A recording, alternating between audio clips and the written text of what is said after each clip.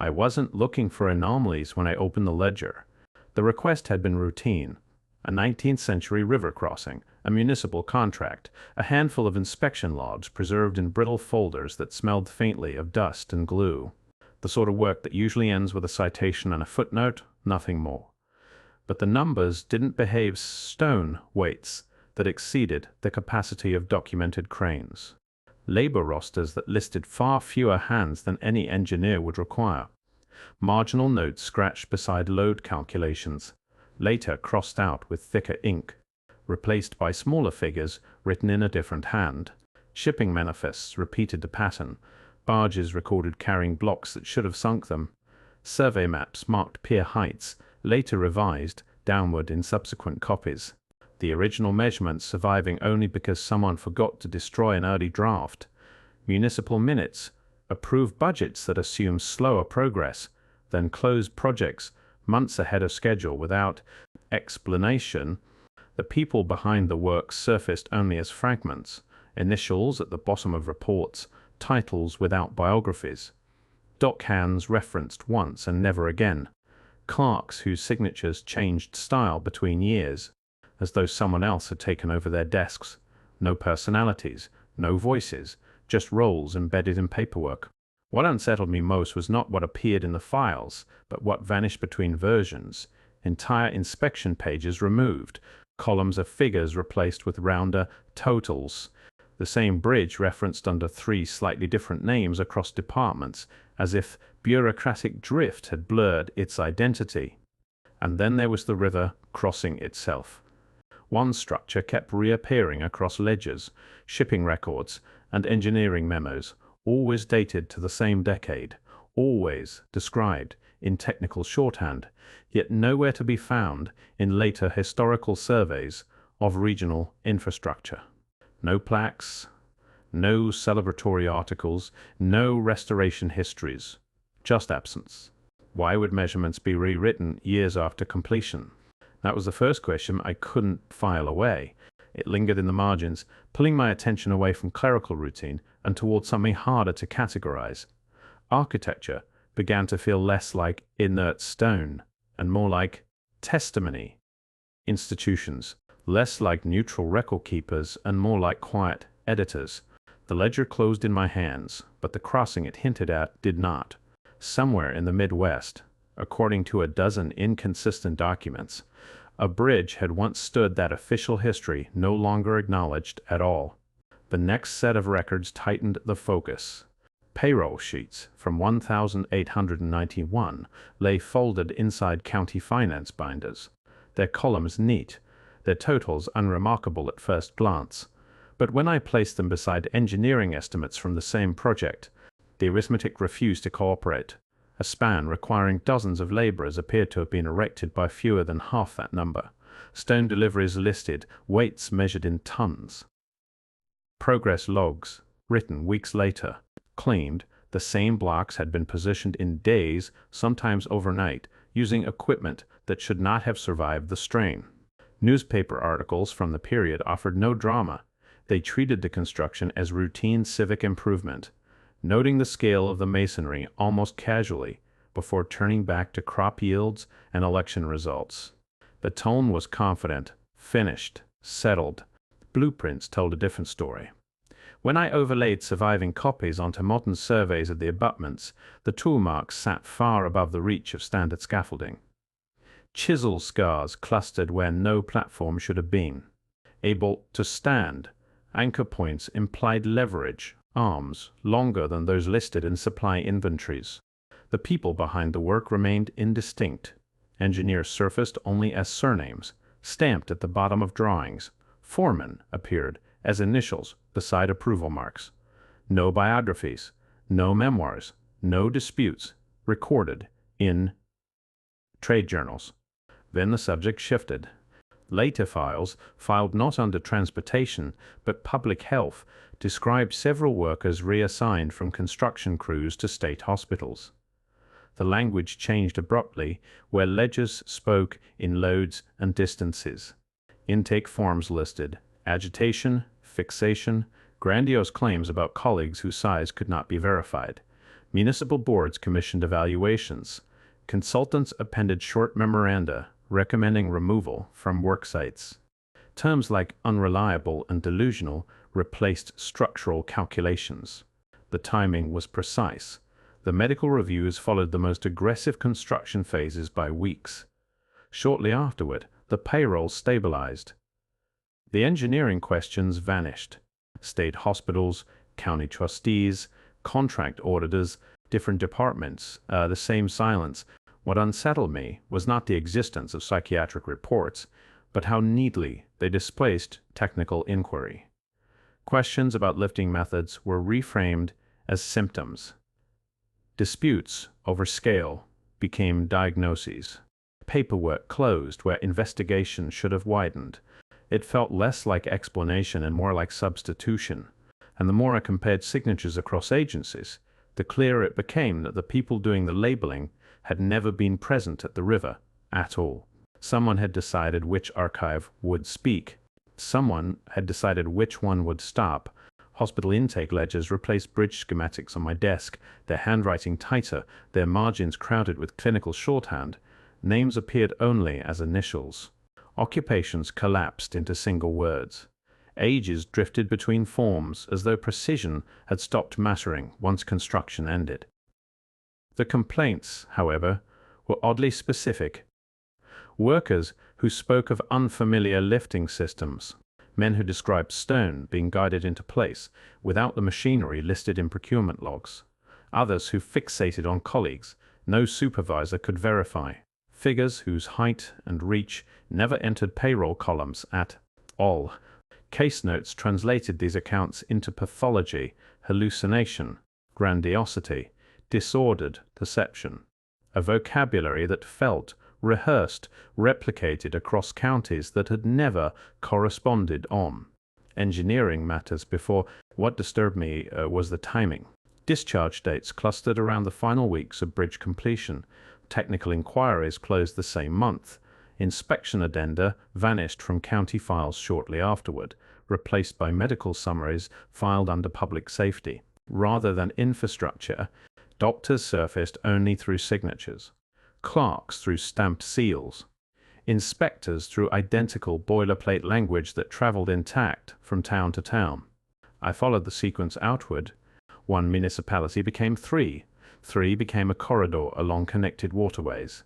Every site repeated the pattern. Construction, questions, hospitalization, silence. At some point, coincidence stops expanding. Regional archives suggested something closer to procedure. Once the pattern took shape, it refused to stay local. Regional surveys led outward from the first river crossing to others erected within the same decade. Quarries that supplied stone far heavier than their equipment lists allowed. Causeways whose foundations extended deeper than floodplain models predicted. Brief newspaper notices accompanied each project, praising efficiency and civic improvement, followed years later by clinical footnotes questioning the reliability of unnamed laborers. I laid maps across the floor and began tracing waterways. Contracts followed the rivers. Hospital transfers followed the contracts. Counties that never coordinated on budgets mirrored one another in medical language. Editors minimized scale. Trustees authorized quiet removals. Surveyors recalculated after the fact. Coincidence thinned with every overlay. The cast of characters did not grow in personality, only in number. County boards, shipping agents, state registrars, each appeared once, sometimes twice, then dissolved back into administrative fog, replaced by the next jurisdiction repeating the same choreography. What unsettled me most was the rhythm. Construction surged, questions surfaced, diagnoses intervened, reports closed. Again and again, at the center of several projects sat a federal engineering bureau whose annual summary should have unified the data. Instead, entire crossings failed to appear at all. No photographs, no load tables, no expenditure breakdowns, just smooth narrative continuity where bridges had once complicated it. I requested archived drafts, redacted, columns stared back, procurement lists that stopped mid-page, Correspondence folders marked complete, while internal references pointed to missing attachments. Memoranda stored in climate-controlled rooms, whose indexes no longer acknowledged their contents. The investigation was no longer widening by curiosity alone. It was being forced outward by absence. The bureau files did not vanish all at once. They thinned. Early drafts still carried weight tables, hand-drawn elevation sketches, labor distributions penciled into margins by field engineers, whose handwriting slanted with haste. Later editions replaced those pages with smoother diagrams, cleaner numbers, simplified cross-sections that bore little resemblance to the stonework, still visible in photographs taken during construction. I began stacking versions side by side. The columns disappeared between printings. Load calculations softened. Entire appendices evaporated, referenced in indexes that now pointed to nothing at all. The bridge remained, but its paperwork had been shaved down to a narrative that fit procurement limits rather than physical reality. The only new voices came through paper trails, audit stamps dated years after completion, archivists noting transfers without destinations, typists initialing revisions they could not have verified in the field. No memos explaining why the changes occurred. No engineering disputes preserved in correspondence, only refinement. Absence hardened into artifact. What unsettled me was how consistent the edits became. Every later edition bent in the same direction, toward lighter stone, toward slower progress, toward conventional methods that the earliest documents had already contradicted. I returned to the river. The bridge had been renovated twice in the last century, its surface patched, its railings modernized, yet the central piers remained untouched. Stone blocks older than the revisions themselves still sat where 19th century crews had placed them, their mass exceeding the rating of equipment now used for repairs. Standing beneath them forced the timeline to collapse. Past paperwork argued one thing, living infrastructure argued another, and no archive offered a way to reconcile the two. The search no longer respected borders. Contracts from river authorities in the Midwest began to echo procurement ledgers in provincial European ports. Shipping routes overlapped in ways that made little logistical sense unless the cargo they carried required similar handling. Standards, medical registries, written in different alphabets and filed under unrelated ministries, repeated the same diagnostic phrasing with unsettling precision. I built parallel timelines, stone deliveries recorded within months of one another across oceans, construction surges followed by administrative quiet, hospital admissions clustered near completion dates, technical appendices missing from national reports in 3 languages, each replaced by softened summaries that flattened complexity into routine civic achievement. Ministries surfaced as letterheads, survey offices as embossed seals, hospital boards as committees whose membership rotated too frequently to assign responsibility. The structure remained intact even as the personnel changed. That was the pattern. Different governments, identical choreography. The anomaly had outgrown any single archive.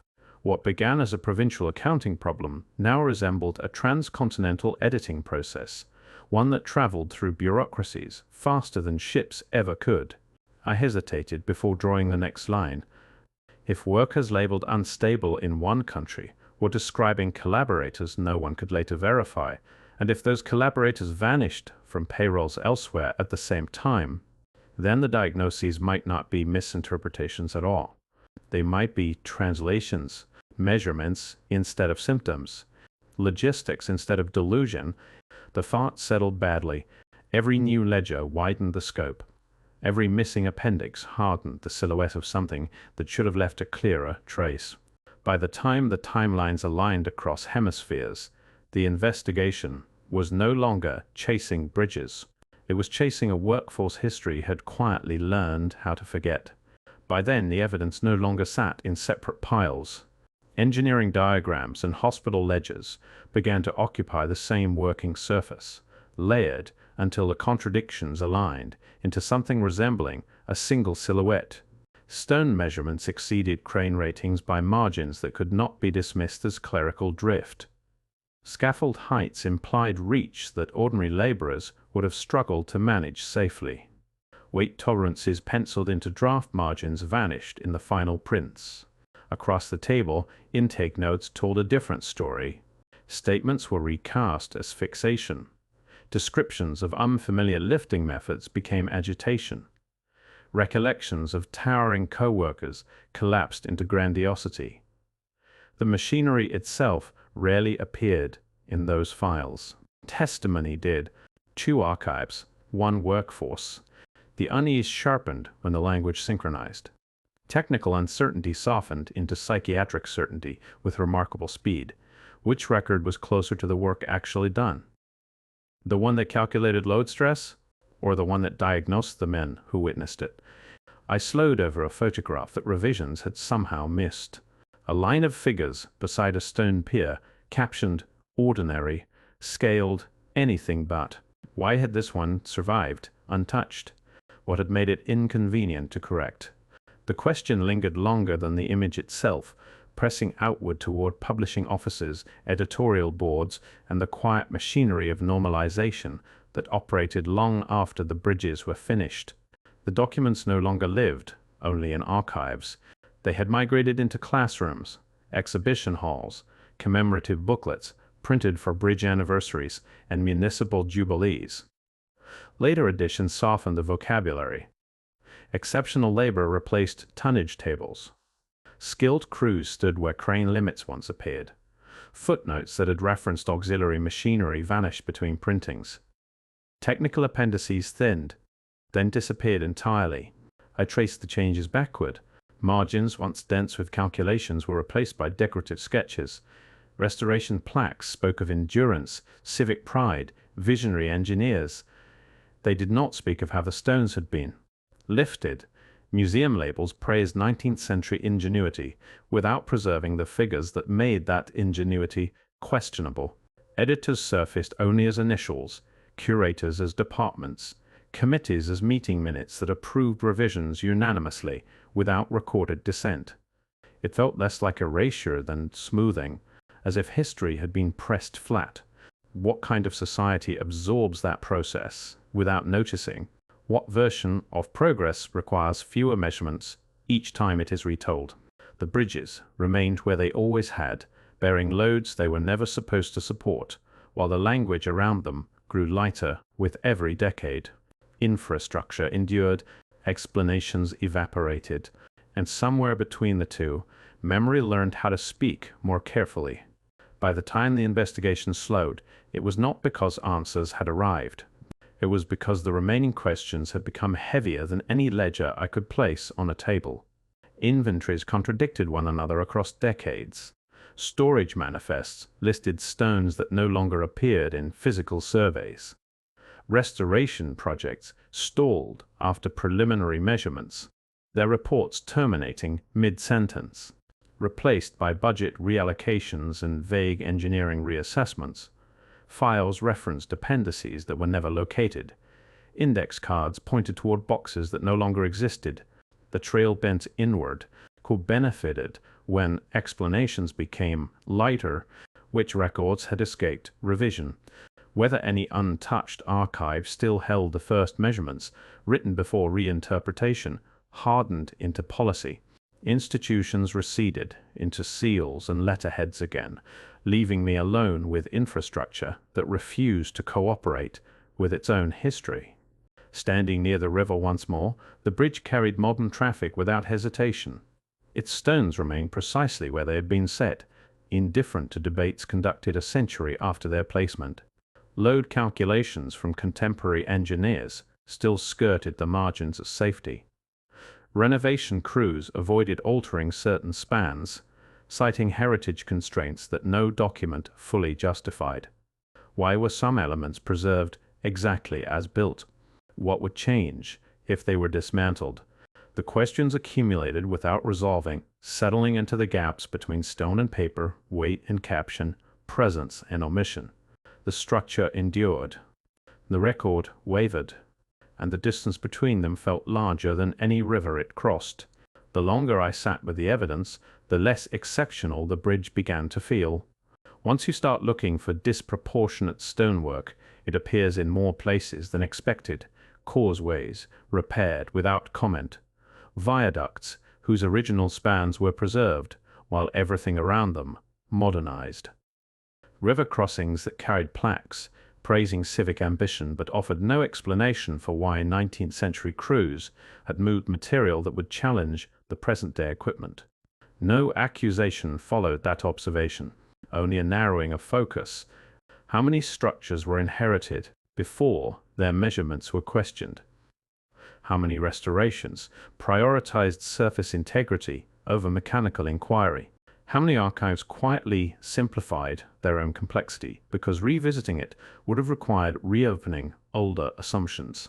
I resisted the urge to resolve it. The documents had taught caution. Every time certainty arrived, too quickly, something vanished from the record soon afterward. What remained was stones without names, calculations without authors, diagnoses without bodies, editorial changes without signatures. If a workforce once existed that strained the limits of standard explanation, then its absence now mattered as much as its presence had then. And if reinterpretation became routine rather than exceptional, the process itself deserved as much scrutiny as whatever had triggered it. How many conclusions survive only because no one recalculated them? How many histories persist because their measurements were never repeated? How many bridges still carry traffic while carrying something else beneath the surface? The questions layered rather than resolved. And in that accumulation, the investigation ended not with certainty, but with the quiet realization that forgetting, when practiced carefully enough, can look exactly like progress.